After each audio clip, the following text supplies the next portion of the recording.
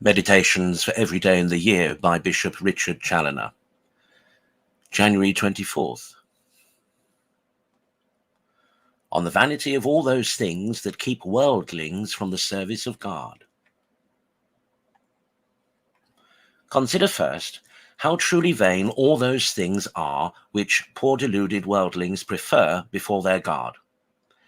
Empty bubbles, mere toys and trifles, false appearances, deceitful baits laid by the enemy to catch their souls, gilded pills that conceal a deadly poison, deluding dreams and airy phantoms that will all vanish away in a moment and leave both their hands and their hearts empty. And then the scene will change, and their fool's paradise of an imaginary happiness shall turn to real, dreadful, and everlasting evils.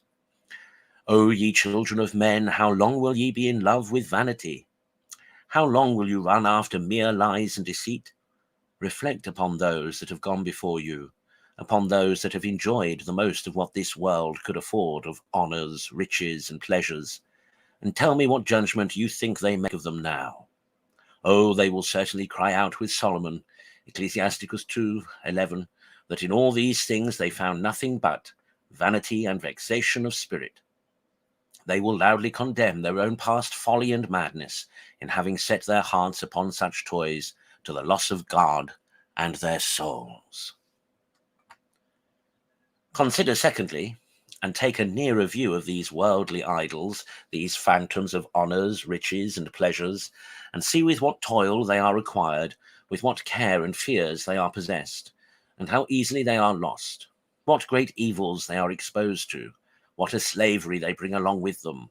how short and how inconstant they are, how false and deceitful, how often embittered with gall, how mean and unworthy the affections of a Christian, how far beneath the dignity of an immortal soul made for nothing less than God, and how incapable of giving any solid content or satisfaction to a heart that can never rest but in its Maker. Oh, how truly miserable then are all these children of Babylon, who are enslaved to things so base, so vile, so filthy.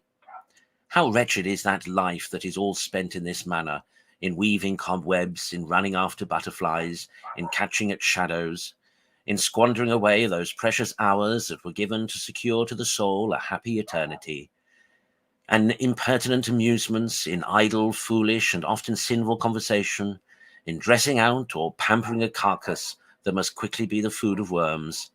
in public haunts, in hanging over a pack of cards, in reading love tales and romances, and such like empty fooleries. Surely such a life as this must be most irksome and tedious, void of all true content, joy, peace, or comfort here, and of all prospect of happiness hereafter. Consider thirdly,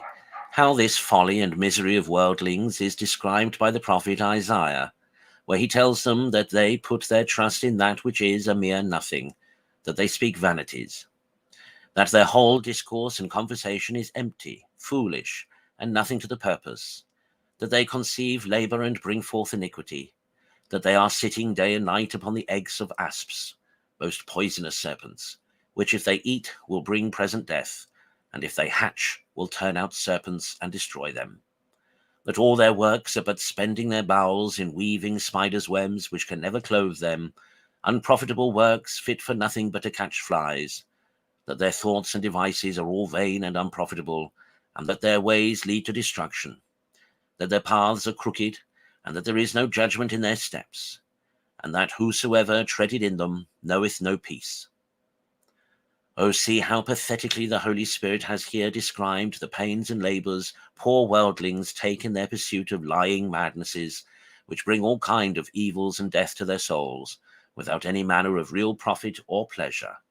And learn thou to be more wise than to walk in their footsteps. Conclude, never to imitate this wretched choice of blind mortals who turn away from God to follow cheating vanities, but to despise from thy heart all those childish toys, and to turn to the charming paths of wisdom, virtue, and truth.